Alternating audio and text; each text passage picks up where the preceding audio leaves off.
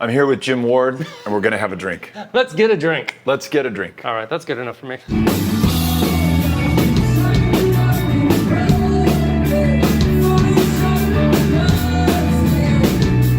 Hey, my name is Jim Ward. I'm a musician from El Paso, Texas. I also own this restaurant, Eloise, with my wife, Christine. During the pandemic, I started to have some conversations with friends and friends of friends on Instagram Live. Now that things have opened up a little bit, we've started to be able to do it in person. We call it Let's Get a Drink. So, let's get a drink.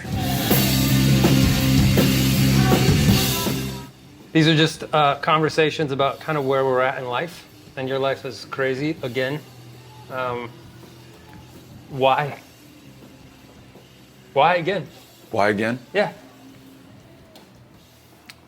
You know, the most important answer, the biggest one is my kids. So we're here with my son Henry, who's just off stage, with whom I was just playing some music in our basement.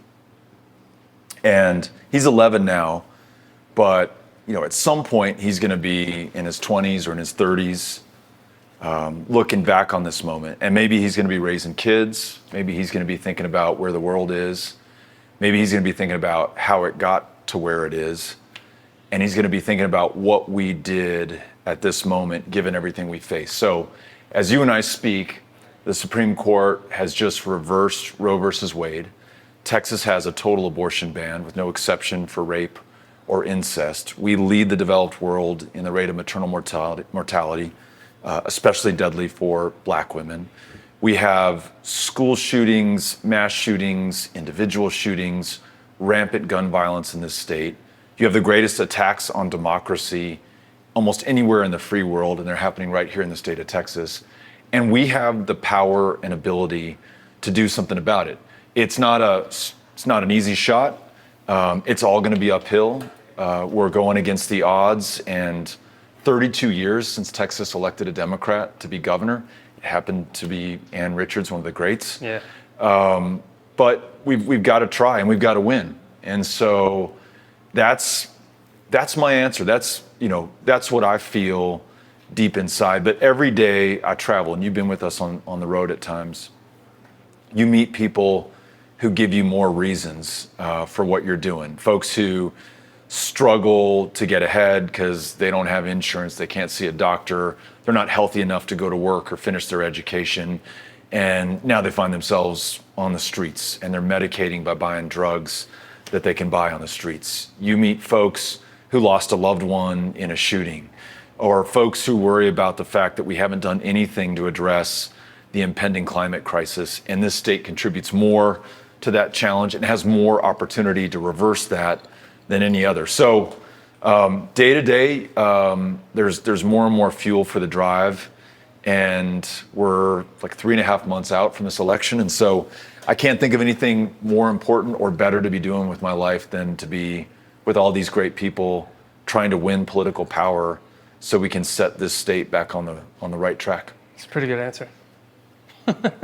It's true. I wonder, and I know like one of my favorite things that you say that I think about a lot, like in After Uvalde or Roe v. Wade or whatever, is the antidote to anxiety is action, right? I don't know if I'm paraphrasing or that's exactly how you say it.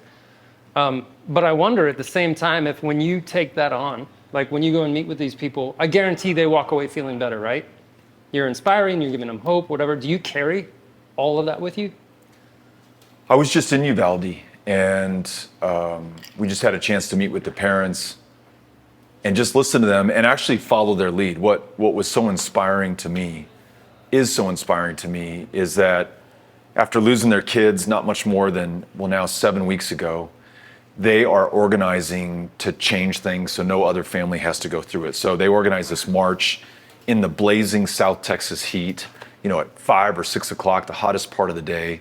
Hundreds of people came out, everybody in support in the community. And this is not like a reliably democratic or progressive or gun sense in terms of legislative priorities kind of place.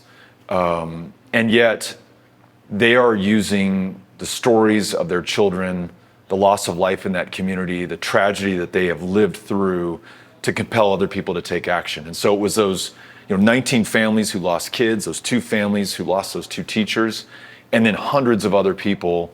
And they are ultimately going to help us get to legislation that saves lives and prevents other families from going through this. So yeah, I carry, when you meet with somebody and they're like, hey, let me tell you about what we've just been through, losing our daughter or our son, that stays with you, but so does the inspiring way that they choose to help others overcome the same situation that they've been in. So I feel so lucky to meet so many people across the state who are so open with us, so willing to share, who oftentimes, or maybe not often, but sometimes don't agree with me, won't be voting for me, but in a very Texas way are open to me and want to talk and share. And we find that we come to consensus on stuff. That's unique to Texas? I mean, I know you've traveled a bit and campaigned a bit outside of Texas, but I do wonder, when I try to explain West Texas to other people, it's hard to explain, and then Texas in general is kind of hard to explain. So I'm wondering that, if it is unique to here. I don't know. I like to, as a Texan, I like to think it is. So I feel the same way. I just brought you a 6-pack from this brewery in North Texas. It's called 903, and it's the 903 area code that's in Sherman, Grayson County. Well, the next county over, another equally remote, somewhat rural county, is Fannin County. And a few months ago, we're pulling in for a town hall that we've organized in Fannin County, in Bonham, Texas.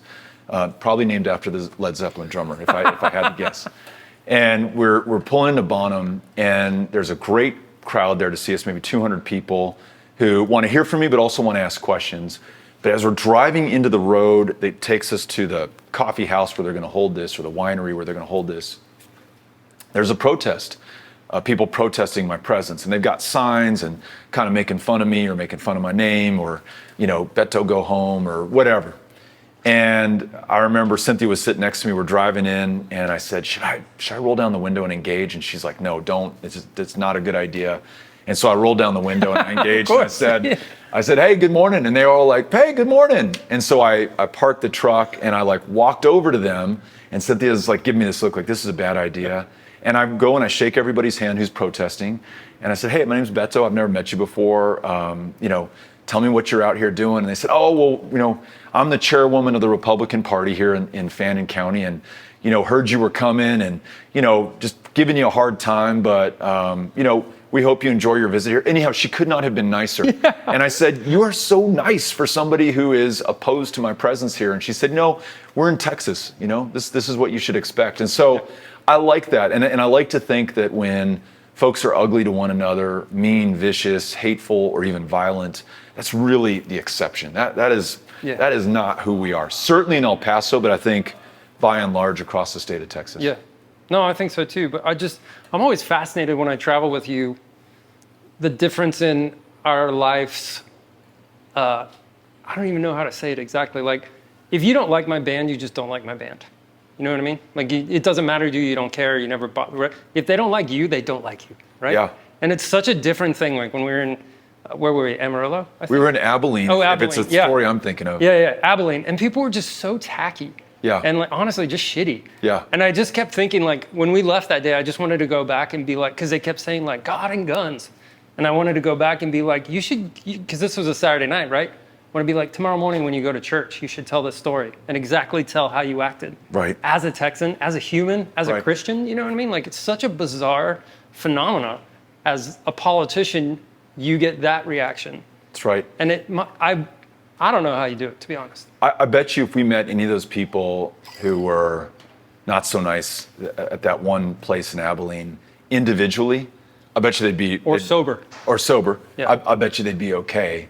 And I'm struck by the number of people who've come up to me who will identify as a Republican or even say, hey, I didn't vote for you last time, I'm probably not going to vote for you this time, but thank you for coming to my town, to San Angelo, to Pampa, to Childress, to Austin, to wherever they live. Really, and I think human nature is we remember the ugly stuff, and we're like, man, those people were really not cool. That was such a dichotic night, though, because after that, we went straight to a hotel, and those kids lost their mind. Yeah. We walked in, and they were just like, ah. And the restaurant that those people were at, to further complicate the story, had made dinner for all of us for free. They're like, hey, we hear Beto's in town. Your whole team eats here for free. Yeah. And so it was this kindness mixed with some slight shittiness. And I wonder though, because you don't engage, like you're not a negative politician. You're not somebody who, if they yell at you, you yell back. Like I remember that night being like you and Cynthia both were like, thank you, have a good night. And I was like, you know what I mean? Like I'm like, I can't do that because I'm with you and I don't want to represent you that way. But inside I was just like, what the fuck? But you guys are so like, cool, all right, catch you later. Like it's the hard lessons I've learned because I've done the confrontation. I've done meet fire with fire, meet hatred with hatred. Yeah. It only escalates and gets worse. It's never a good outcome. I never feel good about myself. There's never that's the important part. There's never an epiphany. We never realize anything good about each other. We just hate each other's guts. But if I'm just like, hey, see you later, they may be like, shit, that's hard to hate that guy. Like he won't engage. He won't. And he it's won't genuine. hate for hate. Yeah. It's genuine. And I feel better. I feel better about it. But really, I want to underscore how exceptional and rare that is for people to choose to be mean. Right. More often than not, people are really, really kind. And one of the exciting things that we've seen in our travels is that in these reliably red, kind of overwhelmingly Republican and very often rural places that we're showing up in, people are excited to see us. They're sometimes coming to kick the tires, check us out. Yeah. Who's this Beto guy? I've heard some bad things about him. And very often they leave and they're like, hey, you talked about the quality of my kid's school, the kind of job that I should be able to find here, whether I can see a doctor. Those things are important to me. I like that they're important to you. I think we're on some common ground here. Right. And you only get that, as you know from your career, by showing up in person. People can buy the record. They can hear you on the radio, and that's an experience, and it's an important one. But if they see you in person, and you engage with them physically, like eye to eye, face to face, human to human, there's something transcendent in that. I think it's true for music. I think it's true for politics and democracy and voting. And I think in a very digital age, emerging, I hope, from a COVID pandemic, it's so important that we remember that and return to that. And I think that's where the real joy is found and the real progress, at least for what we're trying to do, is made. I won't win this on the air. I won't win this through money. Yeah. The only way I win is through people, and the only way to be with people is to show up. Yeah, to drive every county. To drive every county. 49 days, as hard as we can. Yeah. Come back, see the family, get a little bit of sleep, and then get back on the road until November 8th. That's essentially, if anyone's looking for the game plan, which most campaigns keep secret, that's the game plan. What's the point of keeping it secret? You're like, I'm going everywhere as much as possible. So. Yeah. It's not the smartest or most sophisticated strategy. It's just the only one I know how to do. Do you think that it is part of, I mean, I know people always try and compare or do compare sort of your DIY upbringing with the way you campaign, but do you think that is like, that feels natural to you? That's the way you like get in the van, right? It's like the Henry Rollins approach to politics. Yeah, or your overnight success story that we've talked about a lot that took years and years. The 7-year overnight success? Yeah, thousands of miles and thousands of shows. Yeah. No, I think that's the only kind of success that I understand. There's no overnight. There's no magic moment. There's no amount of money. There's no one thing that can do this except putting in the work and the miles and meeting the people. Yeah. And you were asking me earlier, why do you do this? And I was talking about my kids, but then talking about the people I meet. You meet these people all over the state of Texas who are so generous with their stories. I got a letter today. I was telling Amy, so much mail's coming in. I was like, I can't respond to all of them, but I want to respond to this one. A woman who wrote me about her daughter who was in medical school, who died of a non-smoker's version of lung cancer. And she said, the irony of my daughter practicing medicine, doing so much to save other people's lives, and she never had health care herself. Yeah. And as governor, will you do something for medical students to make sure they're okay? She sent me all these pictures of her daughter, and it really moved me, and it compels you. And any moment you're tempted to feel sorry for yourself, or how can we do this? Or this is too tough, or I'm going to take it easy today. You say, you know what? That mom is counting on us, or this family, or this town, or this state in this case. So, that's the way to do it. Man, it's hard to imagine. Because I know it takes a toll, obviously. but if it's worth it, it's worth it, right? It's totally worth it. And the way we look at it, we're done one way or another with the campaign at least November 8th. Yeah. So anyone can do anything for that period of time. So, Yeah. just got to, it's as you know, it becomes something in your head more than the physical endurance. Can you stay strong up here and put in what you need to put in? Right. And I think with our team, Cynthia and Chris, and then Nick and Jason and Catherine, and the huge team, tens of thousands of volunteers, so strong, in part because they've been doing it for so long. They know, there's no surprise to them. It's going to be hot. We're going to be sweating through our clothes every single day, down to the socks, and then we're going to get up and do it again the next day, and then we're just going to do it the next day. That's the way. Yeah, that's the way. DIY. DIY. So I do have just like the non-politic, curious. Well, two things really, because we do talk a lot about, in these sort of things I've been doing on Instagram out here, we talk a lot about mental health, mostly because it's never talked about in music. You're sort of perceived as entertainment for people or escape for people, so you never want to be the person that's leaning on them. And so I've sort of become more public about the struggles that come with doing this for a living or whatever. It takes its toll. But I'm wondering how you navigate those things as a human being while you're working every day with people that you're with every day. Like, that's hard. What's your, what's your therapy? Yeah. It's interesting. You were talking about the parallels between, DIY music, politics, campaigning, to some degree what you do and what I do. And one of the parallels is, I'm in a van or a truck with two other people, Cynthia and Chris, and the three of us travel together, and we've become very, very close, and we love each other, and we depend on each other, and we can read each other's thoughts without speaking a word, anticipate each other's actions. We can get into a flow at events where Cynthia's like, you know what, I can tell that he's going to want to go long on this answer because it's a really important one, and I'm not going to rush him.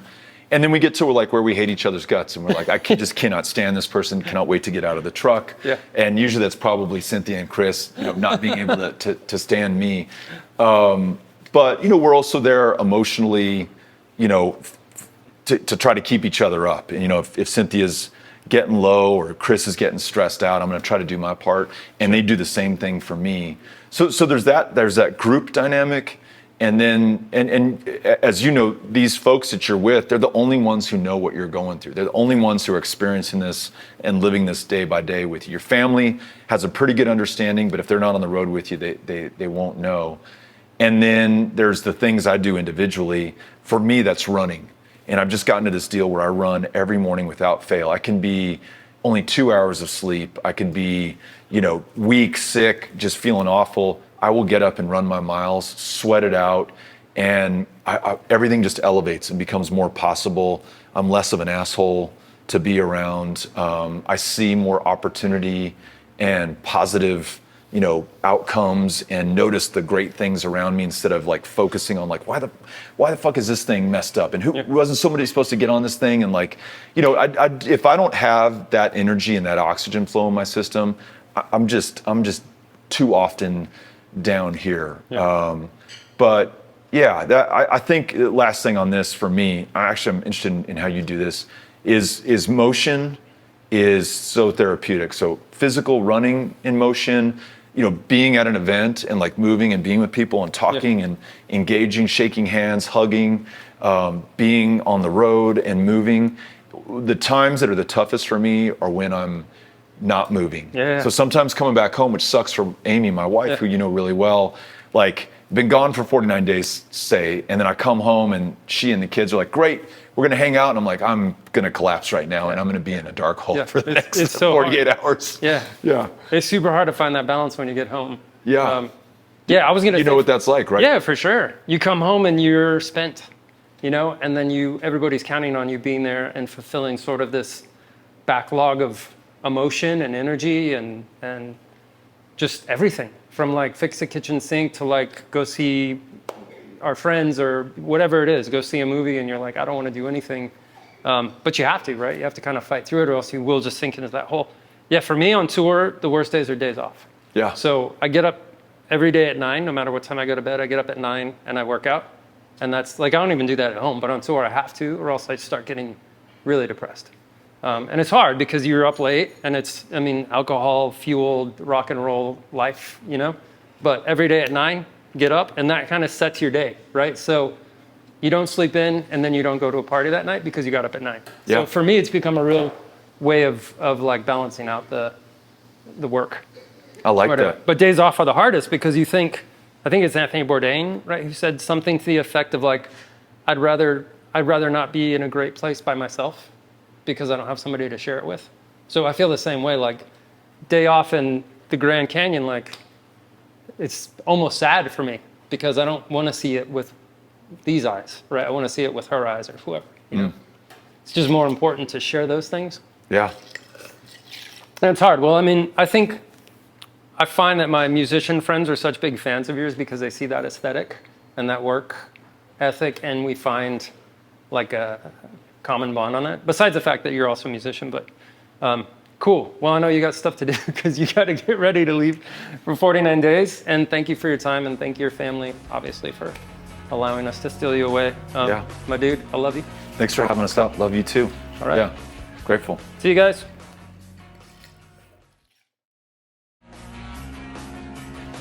David Garza, let's get a drink. Thank you, Jim. We are in Tornillo, Texas at Sonic Ranch, where you and I have spent a lot of time, and you've spent a tremendous amount of time. I have. What is your, why do you keep coming here? There's a cloud of awesomeness that hovers over this land, and it's just the combined dreams and tears and sweat and chords and picks and broken sticks that just make this beautiful, like a haze of coolness around this place. I think all these people's dreams, the women and men who throughout here, the children that have been born here, the people that all the work that's done here, not just in the music but in the land, and I really feel that it's just this nexus of energy that's here, that it's just like a well. You just keep coming to it and grabbing from it and keep depositing your own story. When did you start coming here? It was 2000. Huh. 2000, summer of 2000. For your own stuff? Or For my own stuff, yeah. Yeah, it was my own stuff. And it was just the A room at that point. So, you know, there's now 4 complete studios. Back then it was just 1 studio, as you know. And it was just like heaven, man. It was just such a beautiful... I swear there were less trucks on I-10. You would look out and I wouldn't see a truck pass for like 3 or 4 minutes. Now they're just like every 20, you know, they're just always crossing. The world was smaller. It did feel smaller, but there is kind of still an oasis.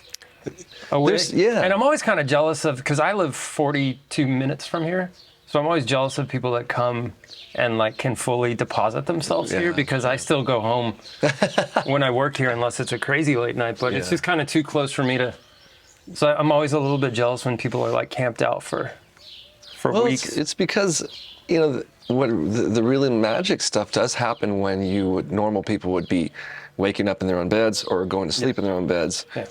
And that's when the late night listening parties come up. That's when the notebooks get dusted off and the old songs that you wanted to finish, you never got started. Just to be in a studio.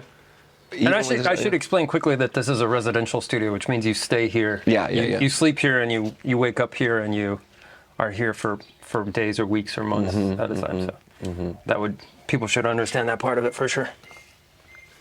I'm curious because your life is about to take a turn, right? And you've sort of been on this path since you were a kid. You've been playing music forever, right? You've been touring forever. And now your life is not just your professional life, but your private life, your personal life is expanding, right? I don't know if that's okay to talk about. No, that's great. Okay. Yeah, it's So you're gonna have a kid? I'm personally, my wife and I are in line for the Great Universal CD release, and it's our our first, of course, and it's a really exciting thing, and it's kind of like this. You feel like you're about to go in Six Flags, and you're on that ride that everybody else has been on, and there's no way to explain it. Other than you just have to go on it. And do you think that do you have preemptive concepts of how it's going to change? Because you're a troubadour, man. Yeah, Like, but I feel like I've troubed all my doors. You know, I've been really, I've been very, very blessed to just. yeah. I don't feel like there's. I mean, I have a lifetime of things I can say, but I also have said a lifetime of things, and I'm strangely at peace about what the future is going to bring. Yeah. I mean, I'll watch this in 2 months and go, ah, ha, ha. But there's really no way to know. But the movement and the constant restlessness is just a reflection of the creative spirit. And it's restless in you, it's restless in Robert, it's restless in myself, it's restless in actors and great politicians and great, activists that we know. They just have to, it's not, you can't just face your whole life facing east. You gotta face all directions and take whatever the wind blows, and that implies being, the drone of your own life, just hovering and going and seeing all you can see, that as long as the remote control can bring you back home. Yeah, that's the important part. Yeah, you gotta come back home. So Do you think when you were a kid and you dreamed of making music and traveling, was it an adventure or was it an escape? Or, I mean, do you know what I mean? it was an adventure because I had there was nothing I needed to escape. My parents, my family, my life, my upbringing, my everything was as is loving, not materially rich, but in the where it matters, it was just overflowing with just all the great things of a normal brown picket fence Tejano upbringing, and this is Dallas, right? this Dallas, yeah, and then I got to Austin in '89. But it was much more like the great adventure, and I never thought the adventure would be as cool as it's been. Yeah. You've had a wild ride. It's been fun.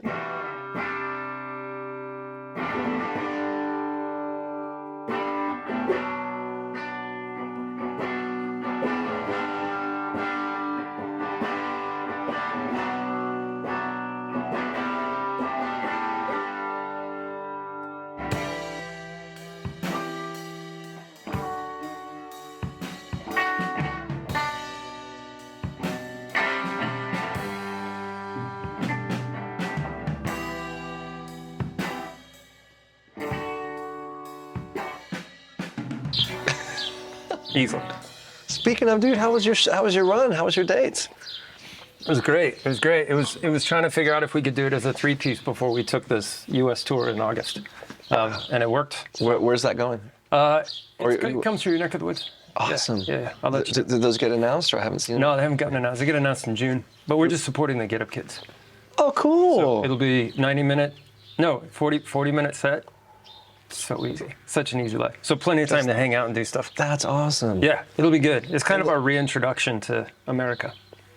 Because all the shit that we did together got canceled because of the stupid stuff. But but like I mean, next to come back, man, the 90s are done.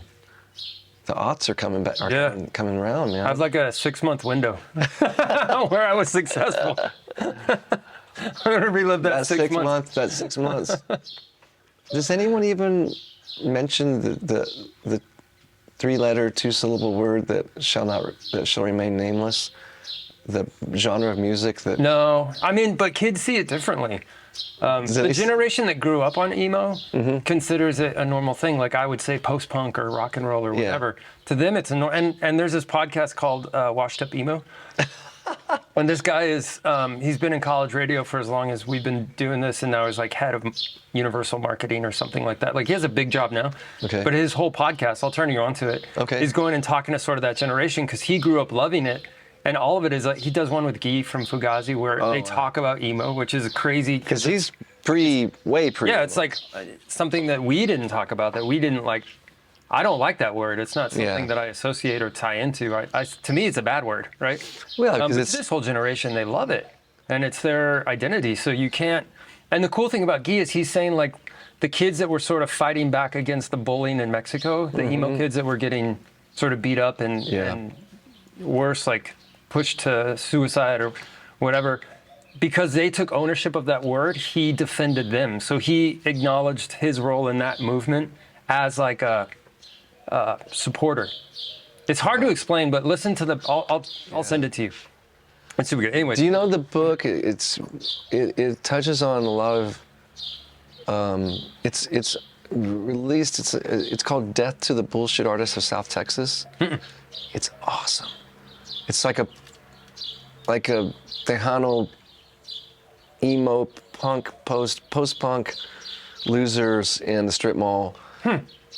It's awesome. Yeah, I'll check and it it's out. like kind of episodic. I mean, it's a tiny book. I'll find the guys. I forget his name, but they're trying to make it into like, or he's been trying to like make it into like a TV trip, and the timing, if he does it right, would be perfect because it's like set in like 2002, 2003, where internet exists, but it's for only a certain brand of people. People, cell phones, but it's not. Social media, it's pre-social media. Right. It's not like people. I mean, there's so many stories of places that fall through, times that fall through the gap. I wonder what this decade is going to be defined by. You know what's crazy to think about this decade, and we're contributing to it by doing this, is the amount of content, the amount of documented events is so overwhelming. And then you start, like, the other day I moved a box of hard drives that were like almost my entire career. Wow. And I'm just carrying this box and thinking like all of this, because back in the day, 3 songs fit on one huge hard drive. Yeah. Now everything's on a thumb. Mm-hmm. But just thinking about how much stuff I have documented in the last like few years of working. Yeah. That's what I think this decade is going to be, is just too much. Yeah. You know what I mean? Like, I don't know how you edit that. I don't know how you're going to edit this decade. That's what I'm going to say. There we go. Because this is going to be a tall task. The average kid who was born, let's say, in 2000, has more pictures taken of, more portraits, pictures, images from day one. Yeah. They don't have to wonder, well, I wonder what I looked like when I was 20 days old, right. When I was a year and a half, when I was 3 days old. There's like 3 pictures of me from like, zero to 3. Yeah, that's what I mean. How are you going to edit it? And I even look at my phone and I'm like, every time I get a new phone, it just starts a new amount, because I don't know what to do with the pictures before that. I don't know where they are. Maybe that's the future. Maybe there needs to be content curators who instead of like house decorators, it's like they take your phone and say, look, you have 10,000 photos. I'm going to get rid of 6,000 of them. I'm going to get rid of 6,000 of you at Coachella. And then we'll start there. Of you with flowers in your hair at Coachella. Anything where you have glitter on your... Fairy wings, glitter, crowd. Boas. Yeah. I do, before we finish, I wanted to ask one thing that I think about a lot and I've never asked you about, but when you produce, because I've been on the artist end of that relationship, and when I was going to do press on that record and we would talk about you in relation to the record, I would always say spiritual advisor / producer. And I'm wondering if that's our relationship or if that's common with the people you work with. Not everybody is as spirit-minded as you are. You have to remember that. You're a very spiritual, I didn't think about it that way. minded dude. So we connect on a spiritual level because we both share a spirit story. I do plenty of work with people who I'm just like the guy that spiritless. no, where it's just how do I get from point A to point B? Yeah. They're different age. Some of them are half my age. Yeah. And a lot of that is really exciting because I'm just like coach. Yeah. And I'm like, this is how you make a layup. Yeah. This is how you shoot a free throw. This is how to make really the best use of your time. And I really like that because it's a skill set that I didn't even know I had. The spiritual stuff, the soul connection is very easy to me because it's just what I am, who I do. And of course I love for people like, people who I've known, like Fiona or Fastball, or like that. These are guys I've known for years. Hanson, but then there's someone like Ozomatli who I was just a fan. I had no like soul connection with them, and I was it was really great because they needed somebody. They didn't need a guru / spirit guide or whatever. They just needed someone to like a referee, Like a mechanic a very referee? funky referee, and that was really a great awakening for me. And I prefer it when it's both. Like you get to do, because the spirit journey is what's so gratifying. Because when you can get that on record, that's what's exciting. Yeah, I think that this point on Earth, like this exact point on Earth where you and I have spent so much time and made stuff together, is for that reason. Do you know what I mean? I agree, man. Yeah. I agree. Man, thank you so much for hanging out again. Thank you, my brother. Thanks for having a drink with me. Coffee today, Coffee just today. tequila tomorrow.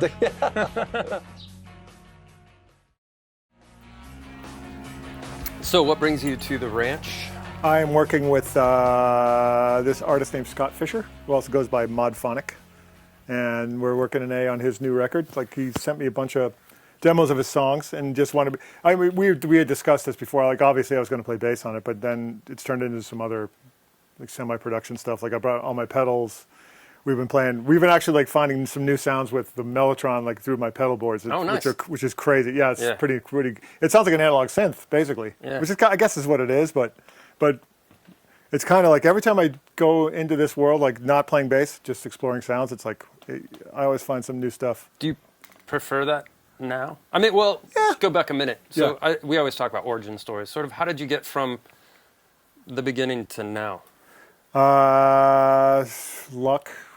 Getting on a lot of planes. I don't know. Yeah, I lived in New York and LA for a long time too. So like, that was kind of my, mostly LA. I mean, mostly New York. So I lived in New York for 18 years, and that's kind of where I just got, all the things that happened in New York, and because of New York. So then I moved to LA, and it's just sort of like, things are different in LA than they are in New York. So but it's great to live in LA. So. But started as a kid playing bass? As an instrument? Right, yeah. My dad was a middle school music teacher, so he declared it like when at age like 12 or 11 or something like that. My sister had an acoustic guitar, and so I was playing along with records, but I was just playing single notes. So he's like, you're a bass player. Turns out he was right, but that was kind of it. And but unfortunately he tortured me. Like, I had to play all these. In Boston they call it general business gigs, so they call them GB gigs. So it's like weddings and stuff, and like. And they wouldn't have music. Not that I could read it very well, but I have to follow my dad's left hand when he's playing. He played left-hand bass, and so that's how I learned songs. And I was just like, how old were you at that point? I was probably. I started when I was 13, so that's middle school, and I stared getting decent, like a couple years after that. So in high school, you're 14, playing 15. gigs. Yeah. With your dad. Yeah, and other people, but mostly high school was. Plus, I was in a very good, like, heralded jazz program, and. Like, my high school band director is pretty famous. He's retired now, but so I came from a good program. So that's why I learned everything I had to learn in high school, more or less. Where'd you go after high school? University of Rochester, New York, which is Eastman School of Music. That's the allied school, but they didn't have like an undergrad jazz program at that point, and I wasn't good enough. I was playing tuba and stuff in high school and upright bass, but I couldn't bow. And so at that point, the undergrad degree was all classical, and I just couldn't get in. So I just went to the school and then would commute over to Eastman and play in the ensembles. And 4 years there? 4 years there, but I majored in economics and political science. Yeah. A backup? And bong hits. And drinking. Yeah. Yeah, that's what college is for, I guess. I never even made it past one semester. Well, you probably went to music school, that's why, right? No. Oh, really? I can't read a lick of music. Really? Never had a lesson. Never had a lesson a day in my life. Really? No. It's kind of good. I sang in the choir in high school. Yeah. But mostly so that I could play on the piano, and I would just keep my foot on the sustain pedal, and the teacher was a saint, and occasionally would just come over and be like, take your foot off the pedal. Because I would just play these huge, dissonant, crazy sounds. But yeah, I was just in punk rock bands, so that's cool. There was a point where I didn't want to be schooled, and then there's a point where it's just kind of too late. Like, it would have been weird. It's the punk rock scene. It's fascinating because you don't want to sound like you're too good. Right. But at the same time, like, there's a thing about it that's like just the raw. I mean, because I don't know if I could actually play in a punk band because I'm probably too like my instincts would steer me down the wrong roads, but it's so fun to play like that. You know what I mean? Like I think. I like the looseness of that. I mean, it was just a community that was anybody could play. You know what I mean? So anybody could be in a band and anybody could play a show, and there was no, like the metal guys, you had to be super good in order to even be in the band. Right. You know what I mean? So those dudes would be in like the guitar room in high school, like practicing all day. Yep. And we would walk by and be like, Yep. you know, and I still can't shred. Like I'm not a shredder. Like I was telling you, I can't play other people's songs. I mean, yeah, I mean, sure. Like you asked me, like a dream gig for me would be like to play just like downstroke P bass, you know, eighth notes all night. I'm dead serious. It's like, you know, like The Cure, you know, like whatever. And but even like some, I do a lot of improvising and like a lot of, you know, with supposed jazz guys. But you know, it ends up in that world, in punk world. Like you know, I play with a pick. It's just stuff that like people. It's just completely out of the box for jazzers. And, you know, just because you know, I appreciate that stuff and I like it a lot, you know, so, you know. Well, it's cool that you can go through those genres and not be stuck with. Yeah. Because to me, that's the worst when you meet someone and they're like, I only do this. Yeah. Well, I mean, maybe sometimes that's out of necessity, but there's a lot of people like you or me who just like want to do it all. Yeah. And can be decent at it all. You know what I mean? I just want to play songs. Yeah. Well, I just want to I just want to do what's the funnest. You know, no matter what the song, you know, like, you know what I mean? Like, oh, cool, that reminds me of Serge Gainsbourg. So, like, let's make it Serge Gainsbourg-y, you know what I mean? Because no matter what, it's gonna have your voice anyway. Like, it's like people try to imitate. There's people who imitate really well, and it ends up sounding like exactly who they're imitating. Mm-hmm. But I'm like the type of person, like the people who like I really like are the people who imitate stuff, but it comes out of their own filter. So it's like, oh yeah, it reminds me of Beck, but it's like not. Right. It sounds like your own shit, but still has your fingerprints on it. Yeah, totally. But you know, like then again, like you can be influenced by Beck, but that's influenced by Serge Gainsbourg, and that's influenced by Can, and you know, like all these old bands. It's just like jazz. You have to go back and listen to just the old stuff to get it. You know. So after college, where do you go? I moved to New York. Well, I did a cruise ship for a couple of years, like 2 or 3 years. What's that like? Oh man, just debauchery, a lot of drinking. But it was, but we were semi-serious about playing music. It was so when we got on stage, we sort of tried to be good. You know, sort of tried. If everybody, I mean, I remember the first ship I was on though. Like the first night, I was like, yeah, I could come out for 2 weeks and sub for the space player. The first night I got there, half the band they're tripping on acid, and the saxophone player, who was one of the guys tripping on acid, wound up being one of my best friends. He lives in New York now, and you know, like he's been a close friend since then. It's just the funniest way to jump on a gig, tripping on acid. I was like, all right, woo. Where would the ships go? Well, that was the first real one I did was like a kind of a fancy world cruise, and it was like really buttoned up and playing like old standards and standards in like the old. Just so that people could dance that style, because it was all senior citizens and stuff, like very rich people. But the second where I met all my friends and like those ships where I spent the most time on, that was going out of Cape Canaveral, and it was going around the Bahamas. So it was kind of white trashy, and like the clientele was white trashy, and it was Premier Cruise Lines. But I made a lot of lifelong friends on that, and it was a blast. And you know, we went to these cool little islands sometimes and just drank our faces off, and it was cool. Oh, it sounds so good. Yeah, it was fun. To get paid to play music is like, you don't know it at the time. It's like, you know, kind of inhibiting your careers, but for the time, like. Is it like tarnish your?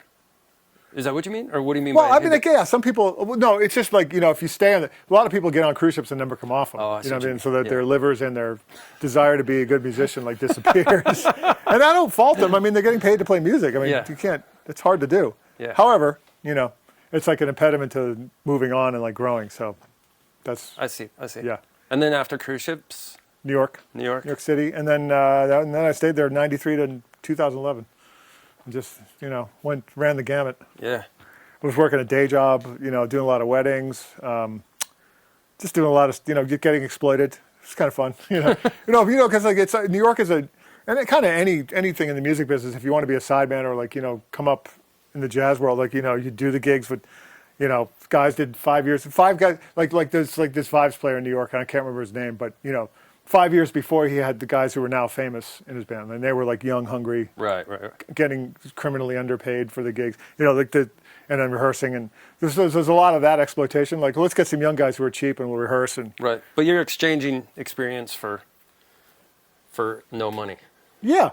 Which is fine, like in the end, like it doesn't bother me now. It may have bothered me then, but it's and it all goes into the pot, and all is an experience, and Yeah. super cool. So you've essentially always been a working musician since high school. More or less, I tried to be, Yeah. yeah. But it's bad. I mean, like now I want to be a creative. Like I want to do more creative stuff. Like luckily I think things are taking care of itself, so I can always pay the rent and stuff. But so now my aim is to be creative. So. Yeah. Because I don't know really what else I need to accomplish. I of course I have a bucket list of people I want to play with, but the reality of that happening, I don't know. Right. Who knows? You have a pretty crazy resume. I know. Well, let's put like Bowie for instance. That was unexpected. That wasn't like, I wanted to play with Bowie. It just happened, and it was just like, okay, and it was a total game changer. How did that happen? Well, I was in this working this band. Like it was a saxophone player, me and a drummer and a keyboard player that became a working unit, and we did a record that people kind of took notice of, and then Bowie was working with this composer named Maria Schneider. She is a kind of a well-known big band in New York. So they did a track together. It was called "Sue in a Season of Crime," like parentheses. So they did it. They went and recorded that track, and then Bowie decided he wanted to do a whole record like that. But she wasn't available. She was working on her own record. So she said, "Here, take Donnie McCaslin's record." It was Donnie McCaslin Quartet at that point. So here, check this record out. You should use these guys. And he liked the record, and he came to see us live, and then that sealed the deal. Wow. Yeah. And how long was that?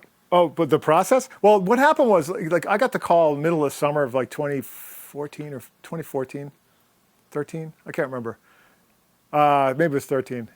And he said, "Yeah, Bowie wants to do a record with us." I was like, so obviously I kind of freaked out. It's like, you can't tell anybody, that was the hard part. Because it was at that point, because he had just done The Next Day, that record, and it was all NDA. Like he just wanted to drop it and surprise people. So then, when he said he wanted to do a record with us, we were also told it's NDA. So, but that's when I think he found out he had cancer. So like it got delayed a couple months because he went into chemo and stuff. Right. So, yeah. So that was a beautiful record. It's unbelievable. So it's nothing. So now that I delved into the catalog, it's like nothing like his old records. No. There's a couple of things that remind you of, like there's a couple when he's playing harmonica or whatever, so it reminds me of Low a little bit. But other than that, it's kind of its own thing. It's kind of really cool. Yeah. Yeah. It's such a good record. Yeah. I can't even believe, I still can't believe it, And it's actually, to me, it's hard to listen to because, there's a lot of things. It's tinged with like shit, my career's going to explode, and it kind of did. But at the same time, he died like right when the record came out, so it was sad. It was like because we did know him because he was in the studio with us. Yeah. So when did you meet your wife, and how? Like, we met because you're both musicians. That's not a normal thing. Yeah, right, exactly. We met in 2015, 2015, I believe. I can't remember what year. We got married in 2018. So. Yeah, she had moved. She was in the Meredith Vieira show band. It was like with Everett Bradley, So like Meredith Vieira, for like many of the seasons her show was on, had a house band. Mm-hmm. It was all female band, and so she was in that band. And then but then it ended. So she moved out to LA to try to get other stuff. And it's funny. Like she keeps winding up on these cool tours. Like like pop artists always call her because she's cool looking and she can really play and can sing backgrounds and stuff. So what's her main instrument? Keyboards. Yeah. She's been out with like Rufus Wainwright and KT Tunstall, and she's out with St. Vincent now. So good. Rachel Eckroth. And we did a record last year, and we did it here in Studio A, a couple years ago, and got nominated for a Grammy. So we didn't win it, but we were there. Yeah. So it was pretty rad. Did you get the bag, the Grammy bag? No, that's for the nighttime show. Like the jazz stuff and like it's funny, like even alternative stuff. Like it's during the day now, which is ridiculous. Like. There's there's like major stars like some of these rap guys, like the hip hop guys, like during the day now. It's just like they don't even get the swag bag. It's so funny. But it was cool though, because like my wife, she used St. Vincent's stylist. Oh, nice. So in the process, not only did she look like stunning, but the stylist also had hookups in magazines, so she like wound up with all the. Yeah. Like the A-listers. Yeah. Oh look, she's next to Lady Gaga or whatever. Which was awesome. Yeah, it was fun. It was good for her. You guys are both touring at different times, and. Yeah, I mean, we've toured together, and then we're going to be touring together. Like because of COVID, like she's kind of like a lot of stuff's on high. Like COVID. What COVID did for like what she's doing. She's because that record got nominated for a Grammy. Like there's opportunities for her to play. However, COVID's like shoved everything to the back of the line. Like they're making up like the club gigs and stuff like that where she would be playing. Like it all gets shoved back. So like it's gonna be 2023 before. And she'll be on to another thing at that point. So, but overall, at least things are happening because it's considering how rough it is. It's good for her. So, yeah, that's awesome. Yeah, it is. It's cool to see musicians together. It's such a fascinating. Yeah, again because it's super rare. Yeah, but it's also hard. You know, it's just like it's first of all because of the timing of everything. Like for instance, this month is going to be crazy. She's going to Japan with St. Vincent, and like I got a bunch of stuff going on. So like until like October, we're not going to see a bunch of each other because then she's got a full month tour in September with St. Vincent and blah blah blah. And so so like it's a lot of hit or miss. Like when she gets busy, normally I'm the guy who's gone a lot. Because I got stuff like this where I come to Sonic Ranch for a couple of days and then. But But at least you understand. Yeah. I think that's always the hardest part is to explain why you're gone and why you want to be gone. Right. Even if it's like shit money or like a terrible tour, you're like, I still really need to. You're right. To she understands that. Yeah, because she's the same. That's awesome. 100% the same. Like, I want to be creative. I don't care what it pays. I'm going. Yeah. So I kind of like to, at the end of it, just sort of ask where you want to go. Does that make sense? Yeah, I guess so. Because like in any, like you were saying, you've done a lot of stuff and you've seen a lot of things, and now you're trying to. Now you want to go this way. You want to do more creative stuff. So what's sort of? I mean, I don't. But I'm not. I've never been a game planner. I want to retire with some money if it's possible. Like not a ton, but I don't want to quit and be broke. So like, there's that. That's just like on the reality front. But yeah, no, I'm kind of tilting the ship towards being creative, and like I have no plan, just hoping things happen that way, and they are. It's just once you get the mindset, you don't have to like. I don't even know how to say this. Like you don't have to like say, "Whoa, I want to work with 9 Inch Nails," which I really do, but I know the reality of it is like very slim. So, you just kind of do stuff that you want to do and then see what happens. But also, if you put it out in the world, I put it out, you know. But I'm saying, like, you put it out in the world and then it comes or it doesn't. Right. But at least I mean, for me, I've always loved the concept part of being a musician, and like I love drawing record covers still to this day for records that will never come out. Right. That's fun for me. It's fun to it's imagine. Cool. You know what I mean? Yeah. Yeah. Right. Awesome. Hey, thank you so much for your time. Thanks for having me. It's fantastic. Yeah. It's great and hopefully we'll see each other on the road. Yep. For sure. I hope I see you in El Paso too. I love El Paso. Yeah.